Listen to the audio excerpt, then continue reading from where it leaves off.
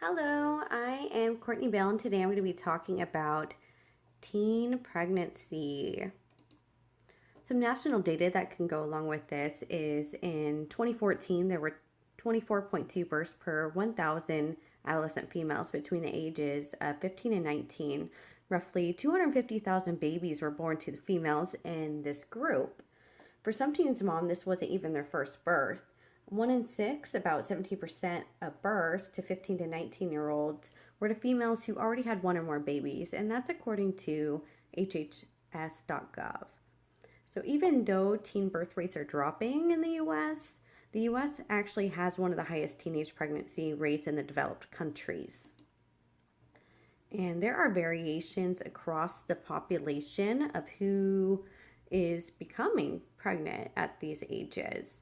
There are higher rates of teen birth among Latino, African American, and Southern state teenagers.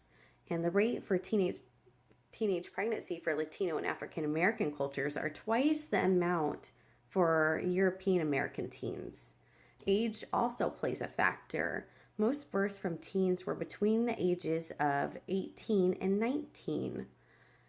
Poor rural areas and poor urban areas also have a higher rate of teen births.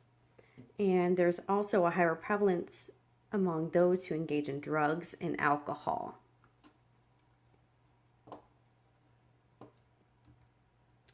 Right now, I'm going to show you a chart. And this chart is about birth rates per 1,000 females ages 15 through 19 by the race and ethnicity. And here you can see in 1990, African American cultures, the one in the blue, actually had the highest rate of teenage pregnancies, followed by Latinos. And then, as you can see in 2014, in purple, the Hispanic cultures, they're actually outranking the African American cultures right now.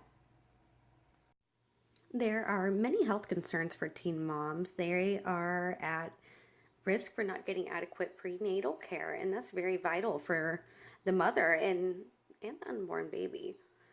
They're also at higher risk for giving birth to low weight babies, and they're higher risk for having a premature baby.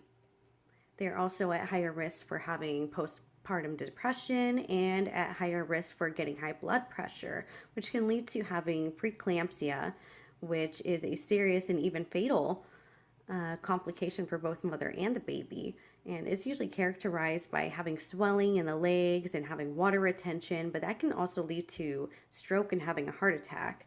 That's why I had to be sent into delivery, because I had preeclampsia and my blood pressure was straight through the roof, but all came out okay. Next, there are academic concerns. They are at risk for dropping out of school.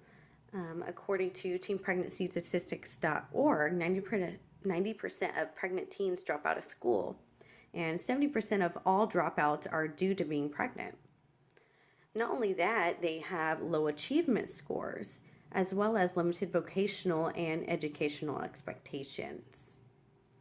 Now, some of the personal and social consequences of being a teen mom is that they're more likely to be unemployed or underemployed. Also, they're at risk for living in poverty, and they're more likely to need government assistance. Also, there is a strain on their relationships. I mean, not only with their peers, but their parents, the baby's father. It's just a hard time. And also, they're at a higher risk for having depression. Some developmental differences for the teen mom could be that there is a difference of development of self-identity, also body image concerns, seeking peer acceptance, emerging sexual identity, and differentiation, a push for independence and experimentation. And some developmental differences of children of teen parents is that they're more likely to be born prematurely and have health issues. Also, 50% are more likely to repeat a grade, less likely to complete high school, and have lower performance on standardized tests than those born to older parents. And that's according to scottany.org. Many of these children are likely to live in poverty and then later, as adults, be in poverty themselves. They're also more likely to suffer abuse and neglect from their parents. They're at a higher risk of having social behavioral problems and a higher risk of being incarcerated. They're also more likely to become teen parents themselves and repeat the cycle. And they're also more likely to be unemployed. Also, continuing, they're less likely to get proper nutrition and health care that they need growing up. And they're more likely to drop out of school. And more than likely to be raised in a single family household, which can lead to poverty and such other issues. And they're more likely to enter the foster care system. And many are likely to have lower test scores than those who are born to older adults. Some interventions include non-sexual antecedent program and approaches.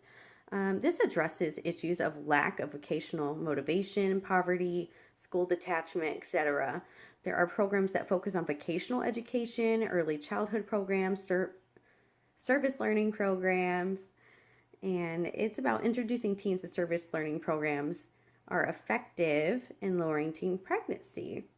Broad-based interventions that cut down on the impact of risky sexual behavior include the communities that care. This is basically building a community that's very supportive for the teen mom.